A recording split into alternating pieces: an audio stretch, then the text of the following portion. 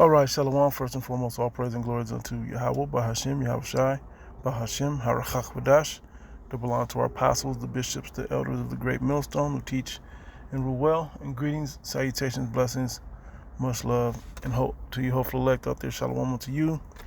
Your brother Shaquat from the Las Vegas Church. Just want to correlate Job's walk with the walk we go through. Okay, there's a lot of elements and similarities between Job's walk and our walk. Matter of fact, before I even read this, let me grab this here. Romans chapter 15, verse 4, it says, "For whatsoever things were written aforetime, were written for our learning." Okay, so we can derive certain comforts, if you will, from Job's walk. Okay, from the book of Job and what he went through. All right, because we do have a similar situation that we go through as Job went through, right? And that's what I'm going to highlight in this lesson, Lord willing, it's edifying, right? To continue, it says that we through patience and comfort of the scriptures might have hope. All right, and that's exactly what I'm trying to reach a point to that. All right, so without further ado, all right, this is Sirach chapter 2, verse 1, which says, "My son, if thou come to serve the Lord, prepare thy soul for temptation." We know Job, according to the story of Job, you know, the account of Job and his walk and how he proved faithful at the end, that Job was a man of the Lord, okay? And so we take what he went through in his situation and we apply it to ourselves, and we have similar afflictions. And basically, it's about bearing the different afflictions, okay, that we go through, right? And the different temptations, if you will, right? It says, "Prepare thy soul for temptation, set thy heart aright, get your mind right about it, and constantly endure and get through it." And it says in 1 Corinthians, the Lord have not given you temptation, but made a way to escape that you may be able to bear it, okay? Continuing, it says, "Set thy heart aright and constantly endure, and make not haste in time of trouble. Cleave unto him and depart not away, that thou mayest be increased at thy last end." And that's classically the story of Job, right? "Whatsoever is brought upon thee, take cheerfully." Now, that's where we learn at the end of Job, you know, the account of Job, to be better and more patient. Okay? He didn't curse the Most High, but he didn't take it cheerfully. As it says in Peter, that we share the afflictions of Hamashiach. Okay? It says, and it even goes further to say other things. I'm trying to think of how the other one's worded. That the things done in his body, we're partakers of that as well. Okay? Showing his death within us. I believe Paul wrote that. All right? His crucifixion being a part of what we're going through. Okay, so don't be fooled by the situation of saying, "Oh, because I'm a man of the Lord because everything in my life is prosperous." Okay, that's not what the scripture is detailing here. Okay, not that you can't have good things happen, but you're gonna go through more travail and temptation, and you know than the average man. Okay, and this is gonna be a deeper spiritual level, and when you understand the depths of it, you become most miserable. But you know, reading on, it says, it's gonna say here, "But whatsoever brought upon thee, take cheerfully." So we take it cheerfully because we know that we're partakers of that glory. When his glory shows and is revealed, we may be exceeding glad also. Continuing from the quote in Peter, the 4th chapter, right? So, "And be patient when thou art changed to a low estate. For gold is tried in the fire, and acceptable men in the furnace of adversity." So these different adversities that we go through are only going to build up our character, is going to dispel all the impurities in us, and we're going to be proven to be better men that serve Yahweh Bashim Yahushai unto salvation. All right, so let's get into Job. So I'm going to jump down to the 11th verse in Job, the 1st chapter, which says, this is the temptation. Yep, I'll start up. Yep. Verse 8. And it says, "And the Lord Yahweh said unto Satan, the adversary, right? That's what the word means. It says, "Hast thou considered my servant Job, that there is none like him in the earth, a perfect and an upright man, one that feareth the Most High, and issueth evil." And Satan answered the Lord and said, "Do Job fear God for naught? Hast not thou made an hedge about him, and about his house, and about all that he hath on every side?" And that's part of the temptations. Okay, some fell on stony ground, some fell on good ground, some fell among thorns. Okay, different temptations that you go through, and a lot of people aren't going to be able to handle. But if you're of the elect of Yahweh Bashim Yahushua, man of the Lord, hey, you're going to make it through those things. Okay, it's not going to be a big deal. Okay, you're just going to make it through, and it's going to suck, and it's going to hurt, and your feelings are going to be a certain way and all of that. But at the end of the day, you'll make it through, and you'll realize, you know what? It must not be anything that's good for me or that I need it, or at least at that time. So I accept it, right? It says, has thou blessed the work of his hand, and his substance is increased in the land? Right? Put forth thy hand now, and touch all that he hath, and he will curse thee to thy face. Okay? And the Lord Yahweh said unto Satan, Behold, all that he hath is in thy power. Only upon himself put not forth thine hand. So Satan went forth from the presence of the Lord. And he cursed, basically, when you get into it, he cursed all his substance. Okay? Everything that he had, all his possessions. All right? And you get into that, and it shows all his possessions. Well, we lose a lot of possessions as well. All right? Matthew 19, straight to the point. 29, it says, And every one that have forsaken houses, or brethren, or sisters, or father, or mother, or wife, or children, or lands, for my name's sake, shall receive an hundredfold, and shall inherit everlasting life. The one in Luke is just as good, but says it a little more cleaner to correlate, right? If any man come, it is Luke 14:26, if any man come to me and hate not his father and mother and wife and children and brethren and sisters, yea, and his own life also, he cannot be my disciple. Okay, so you basically lose these things.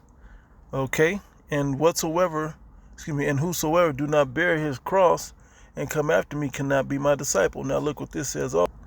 Okay, Matthew 10, start up at 34. Think not that I come to send peace on earth. I came not to send peace, but a sword.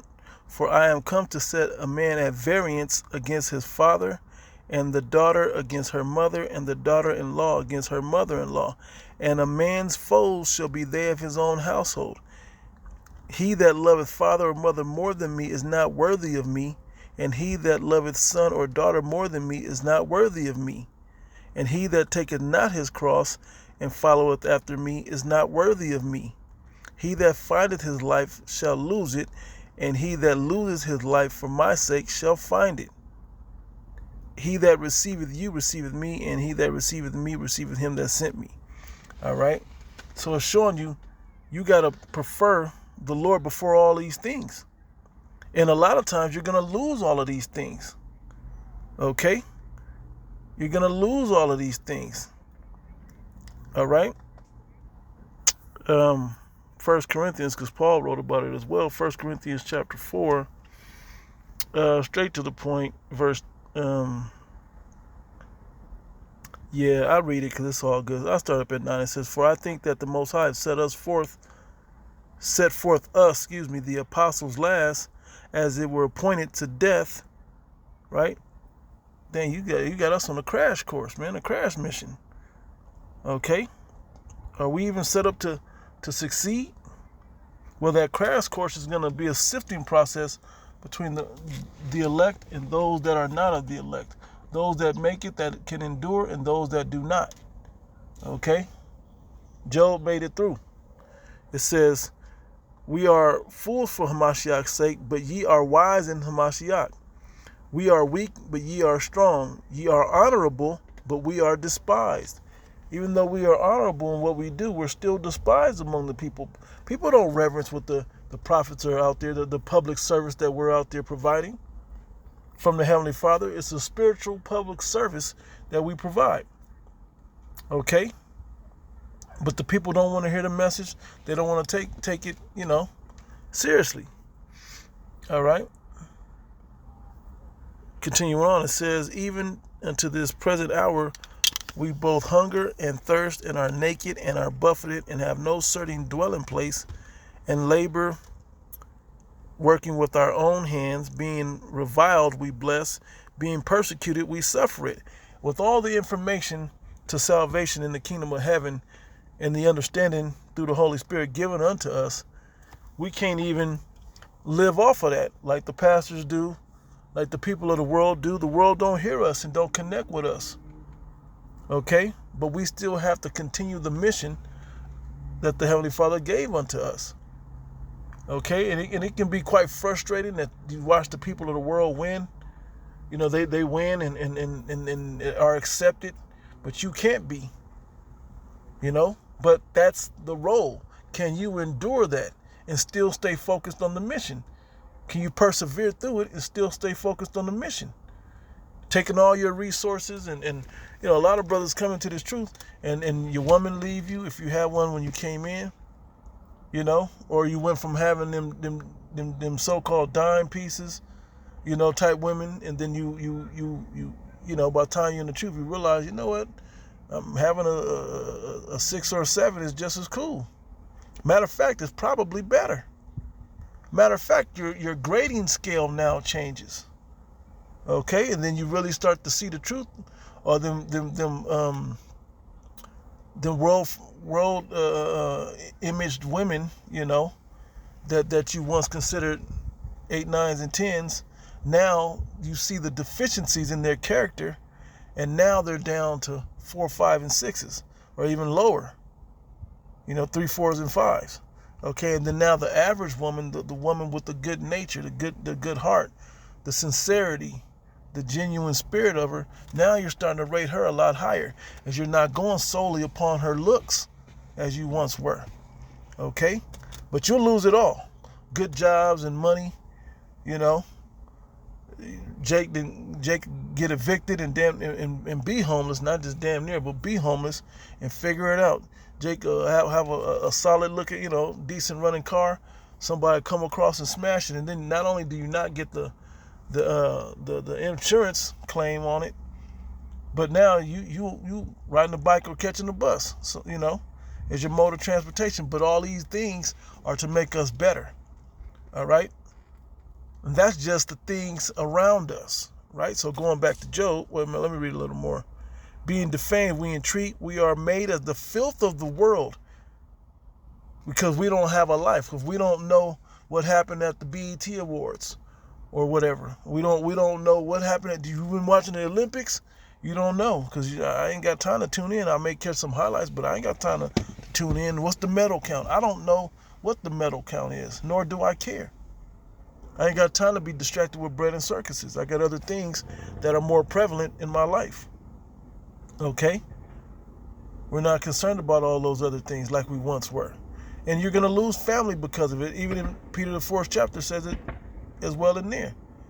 People look at you, your friends and family look at you like, dang, you ain't going to the club like we was. You ain't about to go to this event and do that like we used to. Hey man, I got shit I got to get up tomorrow, and I got to go teach the word. I got to study for this and that. I got to read this book or this chapter. I got to prioritize, and that's so far down the list of priorities. Matter of fact, the last time I went, then you start getting into shit like this. The last time I went, I met this chick, and she ran me through the ringer, man. No, she didn't rob me or give me a disease or whatever, but the heartache and the distraction that came with that situation, man, it wasn't worth it. Or you get a ticket and now you got a DUI, all kind of young man shit that go on, that you should be wise enough to understand the word of the Lord, but you need the character and the discipline to match now. So you go through these afflictions. All right? But one more verse. And are the offspring of all things unto this day, right? I write not these things to shame you, but as my beloved sons, I warn you, right? Which connects us back to Job, the 2nd chapter, right? And it says, Job 2 verse 3, it says, and the Lord said unto Satan, hast thou considered my servant Job, that there is none like him in the earth, a perfect and upright man, one that feareth Yahweh, and issueth evil, and still he holdeth fast his integrity, although thou movest me against him to destroy him without cause. Right? Even though he's been through this, all these things, I took away everything from him. And, you get into it. That wasn't the point of this video, but showing the correlation. We should all pretty much know how Job went down. Lost all his substance, lost all his family. Okay? And it says, and Satan answered and said, answered the Lord, Yahweh, and said, skin for skin, yea, all that a man hath will he give for his life. Right? It said, put forth thine hand now and touch his bone and his flesh, and he will curse thee to thy face. And the Lord said unto Satan, behold, he is in thine hand, but save his life. You can't kill him. Okay? So went Satan forth from the presence of the Lord, and smote Job with sore boils from the sole of his foot unto his crown. So he cursed his whole body. Okay? All right? So he brought Job from a prevalent, prestigious man, if you will, down to a very low man. Okay? But he kept his integrity to stay with the Lord. And that's the example we have to continue to keep, because we go through a similar situation, right? And this was one that I quoted earlier, but I'll read it now. Matthew 13, verse 21. Yet hath he not root in it. Well, let me start up a little bit. Yeah. I'll start at 18. Hear therefore ye the parable of the sower. When anyone heareth the word of the kingdom and understand it not, then cometh the wicked one to tempt him, right? And catcheth away that which was sown in his heart. Now, a lot of times, how this will play out against amongst men is you'll hear the word and you'll be like, dang, okay, I'm from the tribe of Asher, I'm from the tribe of Judah, or whatever the case may be, Issachar or whatever, and everything will be all good. But then you get into that car accident and now I got a limp, or you get an injury, or you get in a situation and you lose money, or you lose a job, and now your living conditions have now changed. And now your focus is on that, not on the focus of the Lord anymore. And doing the work of the Lord that you've been called to do, right? It says, and catcheth away that which was sown in his heart. This is he which receiveth seed by the wayside. But he that received the seed into stony places, the same is he that heareth the word, and anon with joy receive it. It's all good when you get it, but then the temptation starts, right? It says, yet hath he not root in himself, but dureth for a while. And when tribulation or persecution ariseth because of the word, by and by he is offended. He can't get past it. He can't get over it. He can't continue on. That pushes him off the course. And this happens also when men get certain ailments. Certain men get ailments and then they don't go out. And now it's like, damn, I'm not going out, but I got this affliction. But are you continuing in the things that got you before the afflictions? Are you still reading? Are you still studying? Are you still doing videos? Okay. Did the Lord take your voice away? Because most he don't. If he called you to be a prophet, to be his mouthpiece, why would he take away the use of your voice? Okay. He may have injured you or taken a leg or whatever the case may be where you can't physically be out there, but that mean you completely stop pushing out a certain angle of the ministry? Because many of men are still out there that have physical injuries and deficiencies, if you will, and conditions. All right, many a great stories, if you will, of inspiration that you can draw from men around in Great Babylon, man, still pushing, and they got certain situations that you be like, wow, they're dealing with that. Okay, and been dealing with that, and they've been in the ministry over 10 plus years. Okay. But then you come in, and then all of a sudden I lost a job. My girlfriend left me, and now I can't continue on in the ministry. That ain't how, you got to really consider whether you be in the faith. Okay. All right. So it says, he also that receives seed among the thorns is he that heareth the word, and the cares of this world and the deceitfulness of riches, the Lord may give you a bag and see what you do with it. Or because you lost it, either way, he may use either situation and let money be the thing that gets you. Take your car away, downgrade you from a big house to, and your whole family of 5 is in there. Now you're down to your woman and your kids didn't left you, and she took half your stuff, and now you got payments, and the world can screw you over. And it makes you bitter to where you aren't even profitable for the Lord. It doesn't fuel you to be greater in the Lord, but it can make you bitter and unproductive for the Lord. Okay? It says, and the cares of this world and the deceitfulness of riches choke the word, and he becometh unfruitful.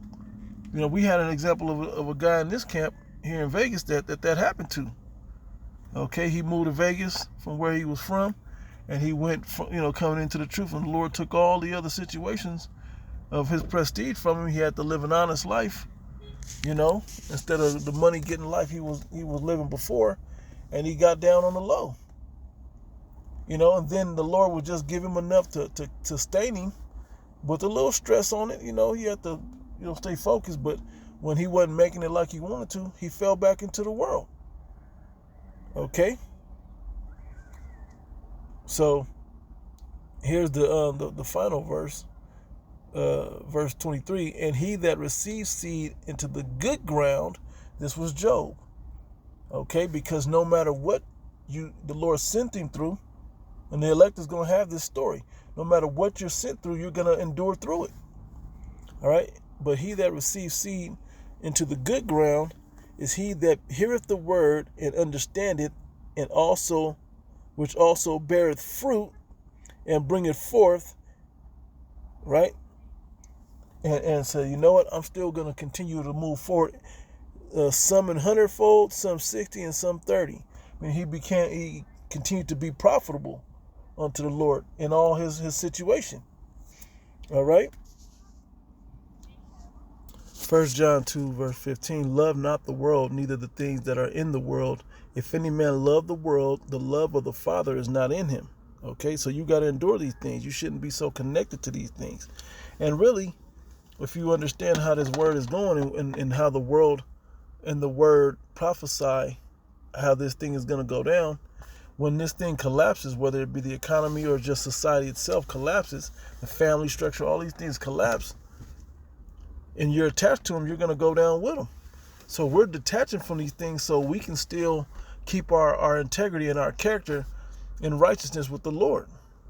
Because we've already been rehearsing losing shit. But when people lose things, and the tighter they're trying to grip and hold on, it's going to start breaking, limbs and whatnot off of you. Because the more you try to hold on, we let go. So when it goes, we don't go with it. Okay? In Micah chapter 2, verse 10, it says, I want to quote it. I don't want to grab it. But it says, arise and depart, for this is not your rest. It will pollute you even with a sore destruction, to roughly paraphrase it. Okay? It says, love not the world, neither the things that are in the world. If any man love the world, the love of the Father is not in him. The unrighteous things of the world, the connection to the world, the conditions that the world is now in now, right? For all that is in the world, the lust of the flesh, the lust of the eyes, and the pride of life, is not of the Father, but is of the world. and the world passeth away, and the lust thereof, but he that doeth the will of the Most High abideth forever. Okay? So you're going to continue to stick with the Lord regardless of the situation, whether it's afflictions and of the flesh, or afflictions and to your situation. Okay, your personal situation. All right. This is Psalm 34 to the point verse. Dang, it's always good to read up, man, and read down if possible. Let's just get to the point 19. You can kind of see what the others say. It's all good, right? 19. Many are the afflictions of the righteous, but the Lord Yahweh delivered him from all of them. Okay? And trust me, I may have been with a chick or two that I was like, this is it. This can't ever fail. I can make it all the way to the kingdom with her. With this job, man, man, I'll be able to make it all the way to the kingdom with this. Right? But the Lord took those things. Okay? And it was early on coming into the truth. Things that I thought that if I have these situations set up in my life, I'd be able to be good, and I'd be able to endure all the way to the end. If my health stay right here, I can make it. Even though I got injuries and shit, yeah, I can make it if my health stay right here. Well, it don't work that way. Okay? So as he took these things from me, I start to realize, you know what, I don't need those things. I'm actually better off without those things. You see? 2 Corinthians 11, verse 20, it says, for ye suffer if a man bring you into bondage, if a man devour you, if a man take of you, if a man exalt himself, if a man smite you on the face. You suffer those things, man. You endure those things. Okay? In the book of in Romans, the 5th chapter, it goes on, and I've been, brothers go into this because this is a key point that Paul wrote that the men of the Lord will go through. All these things, that these L's, it seems like you're taking, are all for your benefit. Okay? We endure temptations, knowing that temptation worketh patience, and patience experience, and experience hope, and hope maketh you not ashamed. When the day of the Lord on the day that the Lord shows up. Okay, to roughly paraphrase it. Verse 23. Are they ministers of Hamashiach? I speak as a fool. I am more, in labors more abundant, in stripes above measure, in prisons more frequent, in deaths often. Okay? Paul was going through it like Job went through it. Satan went and tempted him, and we get tempted in similar ways. There's certain situations of certain people that will just come around just to piss you off. Just to spiritually or mentally piss you off. Sometimes it's your kids, sometimes it's your woman. Sometimes it's a family member, sometimes it's a total stranger at the grocery store. So of the Jews, 5 times received I 40 stripes, save one. 5 times 40, you can do the math. 200 lashes, save one. So even if you took away one, that's 195 lashes. If that's the math that I believe he's trying to convey here, right? Thrice was I beaten with rods. He took physical L's like Job took physical L's, right? From the 2nd chapter. Once I was stoned. Thrice I suffered shipwreck, car trouble. In modern times, shipwreck is car trouble. Hey, that's a part of this life. Car trouble. Not only the car trouble, but also I don't have the money to fix it. How am I going to get to work tomorrow? Well, the Lord will help you figure it out. A lot of times it just takes prayer. Start with prayer, not for, I need a new car to show up today. Nah, but somebody will let you borrow their car for a few weeks. Somebody, a certain situation where, where the Lord throw you a bone and make things right. Like the analogy I made earlier about, well, now you went from driving a nice car, SUV or whatever you might be driving, but now you're riding a bike to work. But The benefit of it was now you know you're more on time to things, okay? Because you got to be on time, so you okay, I got to be more diligent. So I'm gonna knock my work of the Lord out. Then I'm gonna hop on the bike an hour and a half early to get to work on time. Okay, so I can cool off, compose myself again, get in there focused on my work, and then ride home. Before you know it, a few years or however much time passes with you in that condition, you're in better physical condition. Okay? So sometimes the Lord works that way for you on your behalf. Okay? But you can't be afraid or ashamed of walking in that way, that lowly way. You know, be not ashamed when thou art changed to a low estate. Okay? It says, in journeyings often, because anytime you leave the house to go out, especially a distance, hey man, the percentage of trouble goes up. Okay? In perils of waters, right? We know that getting on boats was tough too back then. In perils of robbers, in perils of mine own countrymen, in perils by the heathen, in perils in the city, in perils in the wilderness, in perils in the sea, in perils among false brethren. You may get on the boat or you may get on the road to somewhere even and realize I needed air in my tire. Now I got a flat tire. This situation just went bad. Oh, I forgot I'm halfway there. I'm an hour out and I forgot my wallet or I forgot my something important. You know, do I turn back or do I continue going? If I turn back, I may not be able to go. If I continue going, I may not make it back. You know, in perils among false brethren, in weariness, distress, and painfulness, in watchings often, right? In hunger and in thirst, in fastings often, in cold and nakedness. All these situations come upon you. Okay, but you still cannot fold and going through it. You will make it through it. The time we're coming is, and a lot of this will prepare us for the time we're coming into, Jacob's trouble and the hour of temptation. I can endure these things through the power of Yahweh Shai, because he's sent me through them on low levels for so many times that I believe that I can make it. And some of them I never thought I'd make it through, but I stayed strong, you know, and I kept my integrity, you know, and here I am. I'm still here. I'm still here. I'm still strong. Inside joke, right? This is now Romans 8.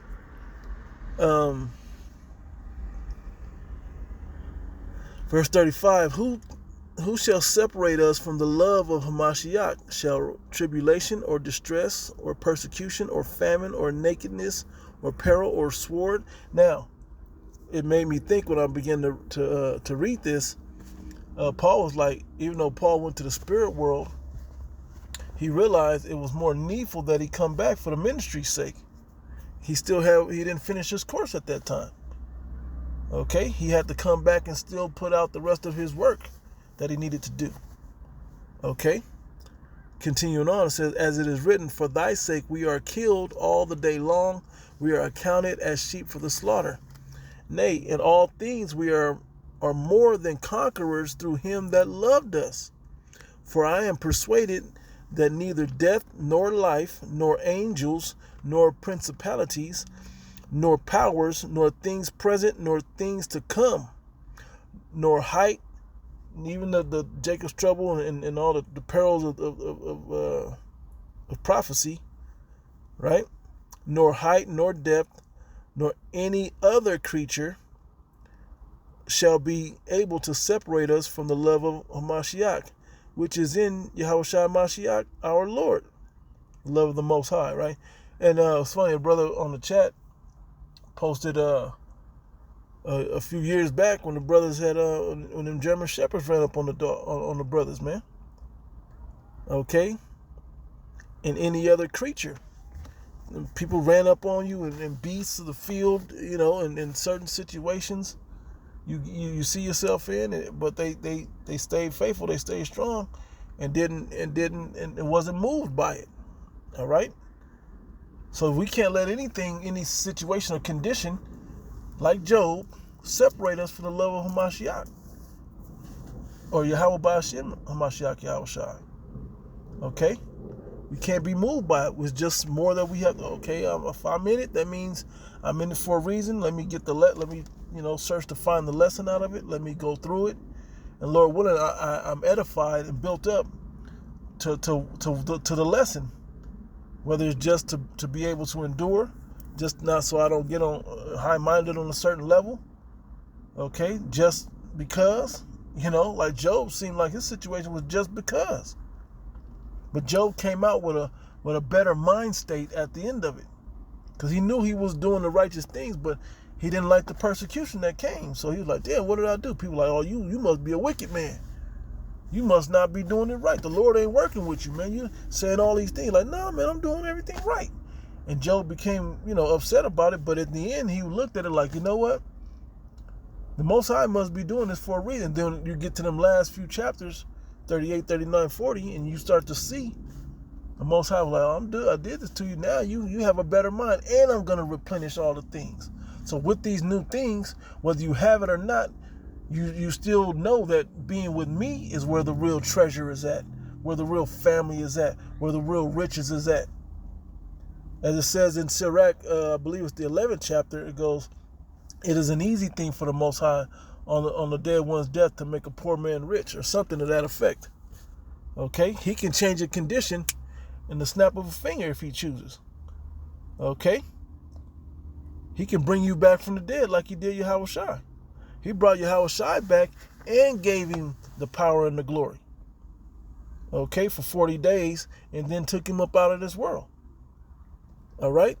And this is what we're looking forward to. All right? We know Yahweh Shai, we endure a certain way with Yahweh Shai, but the Job story is closer to the way we walked.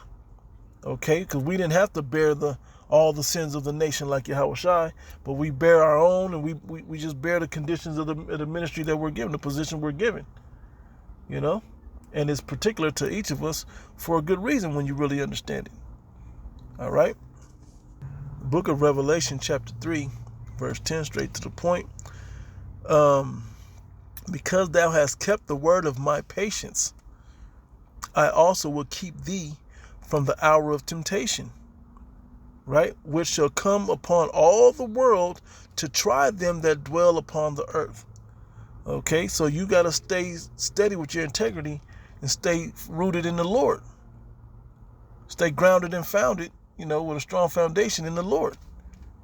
Okay? This is the mission. This is the job. All right? No pun intended. Okay? This is what we've been called for. Matter of fact, I forgot this one, and I usually get it, which says 2 Timothy chapter 2, verse 3, thou therefore endure hardness as a good soldier of Yahweh Shai Mashiach. No man that warreth entangleth himself with the affairs of this life, that he may please him who have chosen him to be a soldier.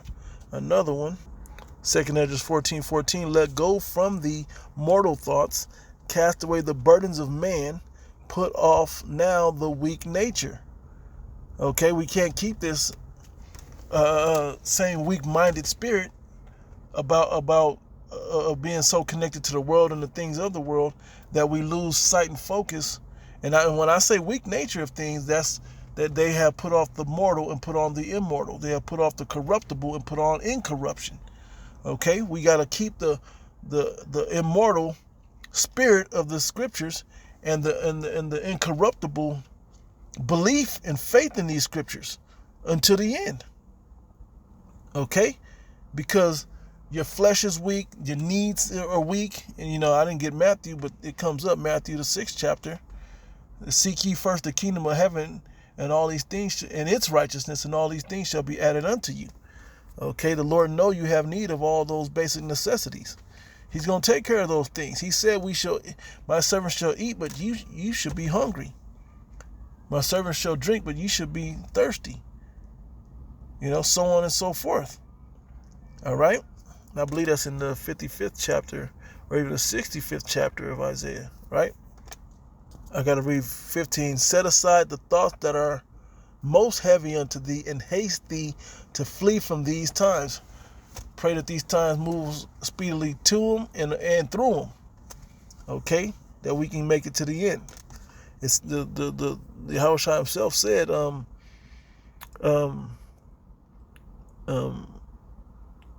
did he say it? Not will I come quickly, but he says, and I shall shorten the days for the elect's sake, or there will be no flesh left to be saved. So haste that these days go by quickly, man. And they are moving at, these days are speeding past. That you'd be like, dang, it's already, dang, the night's over. And like, you don't really have a lot of time, nor if you really focus on this thing, you don't really have a lot of time to do the comforts or the things of the world. You got to get back to the grind. I need to get my rest. I need to go work out. I got all the things of necessity and discipline that we are exercising ourselves with in the spirit. Those things become more prevalent, and you do less things that are pleasurable. Less things. Okay? You start to, it's like Fight Club. We brothers when we first came into this, we're using Fight Club as an analogy that, hey, we don't look, we're not doing the things that we once did for the conditions of the world, but now we do them so we can get back to this life. It's for the focus of this life. I'm going to bed early on a Friday night so I can get up and put the word out early and be strong in spirit. So, I'm after camp, I may have a drink or whatever, hang with the brothers or whatever the case may be, but hey, after that, I'm taking my ass home and I'm going to bed, play with the kids a minute, and get myself in the bed and be done for the night. So I get up and work hard at work and, get up early, knock out prayers and things of the Lord, and then move on. Okay? We're not perfect as you come into it, but you develop these qualities as time goes on. But we got to stay on it, right? Revelation chapter 20, verse 4, and I saw thrones, and they that sat upon them, and judgment was given unto them, and I saw the souls of them that were beheaded for the witness of Yahushua Mashiach, and for the word of the Most High. Yahweh, right? Which had not worshipped the beast, right? That Roman power system that we're still living in today, okay, with the EU, NATO nations. Neither his image, that way of life that they bring forth, okay, of lawlessness, and when I say lawlessness, righteous lawlessness, okay, or wickedness, basically, okay, where there's no genders, there's no self-control. You get into this, really pay attention to this world, and that's all they're promoting is godless spirit. Okay? Just the spirit of the ungodly is what's promoted in this life. Okay? So it makes you have to be more diligent and more attentive to where you are spiritually, that you don't fall into that same way of life like the people do. Okay? You endure all of that, right? It says, neither received his mark, the MARK, C-hip, implant, right? MOTB, upon their foreheads or in their hands, and they lived and reigned with Hamashiach 1,000 years, all right? And I'll end with this one, 2nd Ezra chapter 2. 45. It says, he answered and said unto me, these be they that have put off the mortal clothing and put on the immortal, and have confessed the name of Yahweh, Ba'ashem Yahushai. Now are they crowned and receive palms. Then said I unto the angel, what young person is it that crowned them and giveth them palms in their hands? So he answered and said unto me, it is the son of Yahweh, which his name is Yahushai, whom they have confessed in the world. Then began I greatly to commend them that stood so stiffly for the name of the Lord. Okay?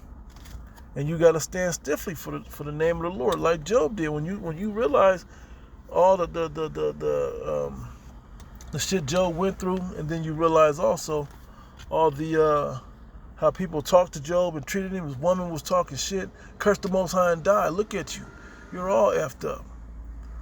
Seeing all those situations and nobody believing in you and sticking with you, and then eventually you lose everything and then you get it all back 100-fold.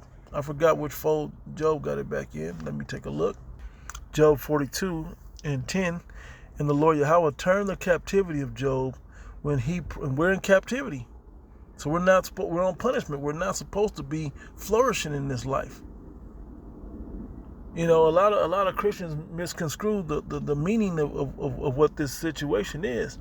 Which also, when you look at the people that are in this captivity, and the lesson that now the world is starting to look like everybody's in captivity. With the NWO upon us, it's starting to look like everybody's in captivity, but it's not so. It's really you so-called Negro, Latinos, and Native Americans that are in this real captivity. Okay, and when you look at it, the Lord said, "Do all my righteousness, and you'll live and be prosperous." Okay, but you got to do it all, right? But I'll give you a grace period where if you F up, you'll still live, and it'll be counted as righteousness because you believe to still do it, even though the conditions of the earth and the state of the earth is not enrooted in doing the righteous things that I commanded my people to do, right? So then by doing them in a world that don't accept the righteousness of being in the works of the Lord, that's counted as something beautiful, man. He's going to turn our captivity. And then we'll be able to receive the precious benefits of the Lord if we did do all the law. But that's after the second covenant is installed within us with the new bodies and the kingdom of heaven and so on, rulership and so on and so forth. Yahweh Shai will be back, and he'll have all those crowns on his head at that point. Okay? It says, and the Lord Yahweh turned the captivity of Job when he prayed for his friends. Also, the Lord gave Job twice as much as he had before. But what I read in Matthew the 19th chapter, it said, you shall receive 100-fold. Okay, so you get a whole lot more, not just twice. But as we continue to read about Job, he was increased. Right, it says, then came there unto him all his brethren and all his sisters and all they that had been of his acquaintance before, and did eat bread with him in his house. And they bemoaned him and comforted him over all the evil that the Lord had brought upon him. Every man also gave him a piece of money, and every one an earring of gold. So the Lord Yahweh blessed the latter end of Job more than his beginning, for he had 14,000 sheep and 6,000 camels and 1,000 yoke of oxen and 1,000 she-asses. He had also 7 sons and 3 daughters. And he called the name of the first Jemima, and the name of the second Kezia, right? And the name of the third Keren-Happuch. It got me. I don't know. Putch. I don't know. And in all the land were no women found so fair as the daughters of Job, and their fathers gave them inheritance among their brethren. Their father gave them inheritance among their brethren. And after this, Job lived Job 140 years. After this, he lived another 140 years, and saw his sons and his sons' sons, even 4 generations. Okay, so you got a long life as well by enduring all of that, and that's what we're in this battle for now. We got to endure the temptation like Job endured it at these times, and make it all the way to the end. Suffer the ills of the world, the afflictions of the flesh, and so on and so forth, and make it all the way through, man. Okay, and we'll receive 100-fold, right? So Job died being old and full of his days, but hey, we ain't got to go through that process no more, because we'll be without sin. Okay, so I'm going to end it there. Lord willing, this was edified, giving all praise and glory unto Yahweh B'Shem Yahushai. Bashim Hakodash, that belong to our apostles, the bishops, the elders of the great millstone, and greetings, salutations, blessings, much love unto you, hopeful elect. To the next one, Shalom.